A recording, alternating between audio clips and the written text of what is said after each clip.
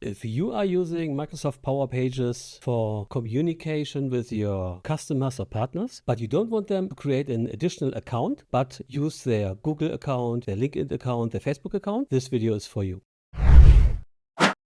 You have a Power Page, and of course you want the user to sign in to get information tailored for him. So you click on sign in, and here you see two options. One is a user and password, which you can register, or where the user can register for, or you use a Microsoft Entra ID, which is a kind of your internal Microsoft tenant ID. But in very often cases, you don't want to do this because your customer, your user already have a Google account or Facebook account, LinkedIn account, or something like that. So what you want to do, you want to allow the user to access the portal with an ID they already have. To do so, you go into the Power Pages Designer, to Security, you click Identity Providers, and here you see local sign-in is enabled. Microsoft Entra ID is also enabled. But let's say you want them to use Google. And as you can see, it needs to be configured. To configure the Google connector, you click on Configure, and here you can select other authentication providers, but for now we stay with Google. And here you get some information, and you need to register your Power Pages portal at the Google Authentication. And to do so, Google offers to open a URL in the Google Cloud and the API and services. First, you have to create a project. I did this already, so I go straight to credentials. Then you say create credential, and we have here the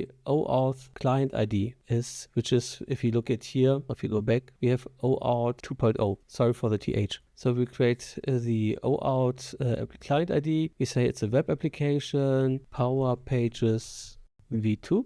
Then we have to paste in the authorized JavaScript, and that is the URL we have here, not with the signing in on Google.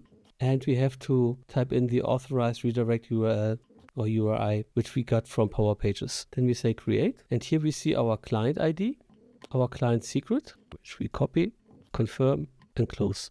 And as you can see, Google ID is enabled, so we managed to do this. Say here, okay. What is very important at this point, on setup, to see the authentication into the screen, you have to go to the setup of Power Pages and open the Power Platform Admin Center and go here under Power Pages, Site Actions, Restart Site. Very important that you restart the site, otherwise the changes will not take effect. And while the website is restarting, we go back here to Security Identity Providers, and we see we have not only LinkedIn, Google, but we also have Azure Active Directory B2C and Microsoft Entra External ID. Azure Active Directory B2C is deprecated, so you cannot create a new Azure Directory B2C anymore, but instead you have to use the Microsoft Entra External ID. If you take a look at the Microsoft Entra External ID, you see I already configured this. This is a more complex process and will be part of the next video. So at this point then, we have a look at our website, which is already restarted. So we go to the sign-in page,